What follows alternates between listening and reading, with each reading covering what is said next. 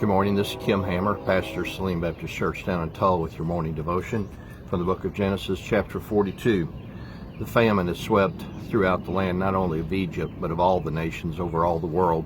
I would compare it similar to the pandemic that we're experiencing today, how that it affected one area, but it couldn't be contained there, and it spread throughout the world. So everybody was in basically the same boat.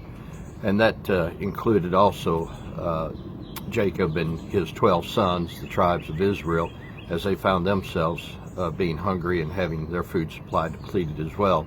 So he told his sons to get up and to go down to Egypt because he had heard there was food there. I'm just curious, have you ever been in a situation where you knew you had to go somewhere, that you were going to run into somebody that you didn't really want to see, but you had to go there anyway and deal with it? I wonder if those boys, as their daddy said, go down to Egypt, thought for a moment that they would run into their brother who had been sold into bondage into Egypt. There were some indicators that they had, no idea maybe that he was down there, but yet when you read previous chapters, it talks about how that those that they traded Joseph to were going to Egypt. And so probably in the back of their minds it ran through it that, well, what would be the chances of? And little did they know that was going to be the one that they would have to go to. Kind of brings about maybe a modern day principle for us to live. Don't treat anybody the way you wouldn't want to be treated, and don't treat anybody a way in which you wouldn't want to see them again down the road of life should you run into them again. Because it is a small world getting smaller, and people run into each other quite frequently, even from the past. And that's what's going to happen with Jacob's sons, the brothers of Joseph. They're going to run into him again, except for it's going to be on his terms, not their terms this time. We find that as the verse goes on, and they came to Joseph. Now their daddy sent everybody but the youngest one, Benjamin, because he made the statement that he was afraid that he would lose him. He said, I've already lost one son. I don't want to lose this one. I wonder in the minds of the boys that he sent down, well, Dad, did that make us expendable or what? But regardless, they went ahead and went down, and Jacob held back Benjamin, his youngest, because he made the statement he had already lost one son. He didn't want to lose another one. So they go on down to Egypt, and they bow down their faces, just like the verse said that they would do whenever you go back and you revisit the dream. Now, when Joseph had the dream with the boys out in the field, Benjamin was not present with them. And so you go back and you read the dream where it says that he was a stalk that stood up, and all the other stalks around the field bowed down to him.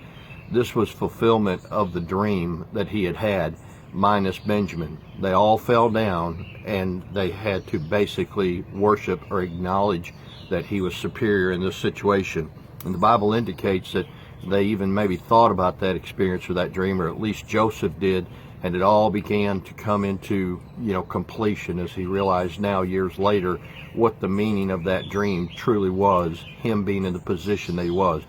And in that moment, I can't help but believe that Joseph, as he looked back over the last several years of his life, about 13 years of his life, because Pharaoh appointed him at the age of 30. We know at age 17 was when he went out to see his brothers in the field, and he was sold into bondage and sent down to Egypt. We know then that the Bible says that when he came out and interpreted the Pharaoh's dream, that he was 30 when Pharaoh put him in charge of everything. And then there was 7 years of plenty, and there was the beginning of the 7 years of famine.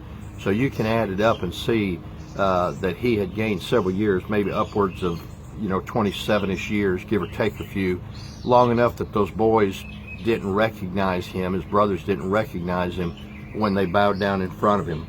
Now, when you go on and you read when you read verse 18, the boys have been put into, the brothers have been kind of just held in bondage for 3 days, and Joseph was giving them long enough to think about the offer he had made, and that was, go get your younger brother and bring him back here, and you'll prove to me that you're not spies in the land.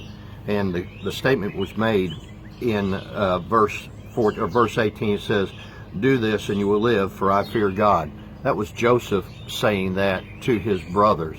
One thing about it, you would have thought that his brothers would have picked up on that phrase, for it says, for I fear God. Here's this Egyptian.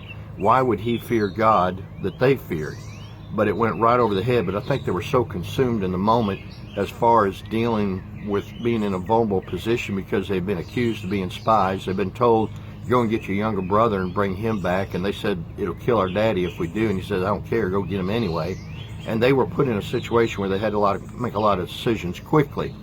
And yet, when Joseph said, for I fear God, that just went right over their head. But it also tells me that even though Joseph was in the midst of a foreign land where foreign gods, and he married women from that land, he had not given up on who God was, and he had not got his heritage as far as his belief in God, which is saying a lot, because he was there for multiple years, but he never compromised, nor did he ever give in to begin to worship them.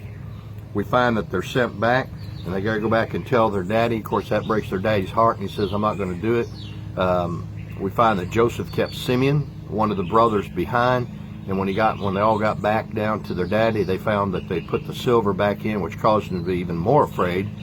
And Reuben said to Jacob, you let Benjamin go, and if I don't come back, you can take my 2 boys and kill them in his place.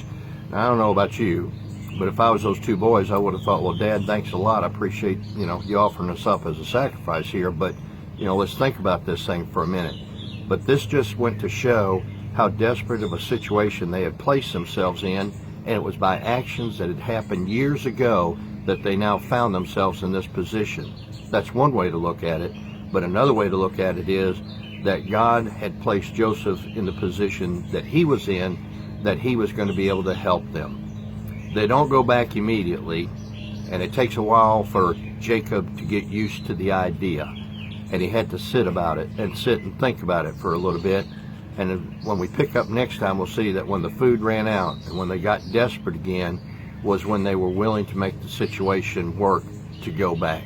Here's a couple things I'd like to take out of today. Number one, Joseph never gave up on his God, for he said, I fear God. We should never give up on our God, regardless of the situations that we're in. And when we're in a situation that we can maybe extract a pound of flesh for actions that happened maybe even years ago, we need to put ourselves in the position of Joseph and realize that maybe some of the reasons some of those things happened was so that spiritually it would mature and condition us, so that when we are put back in the path of those people, we would show them the same mercy, grace, and understanding that God shows us whenever we cross his paths also. The other thing I guess I would share with you in conclusion is that don't put yourself in a position that the brothers put themselves in, because they had nobody to blame but themselves that they were in the situation they were in. But even when it was that they were at fault, God was still going to bless them before the story's over. So live your life knowing God's got a blessing for you today.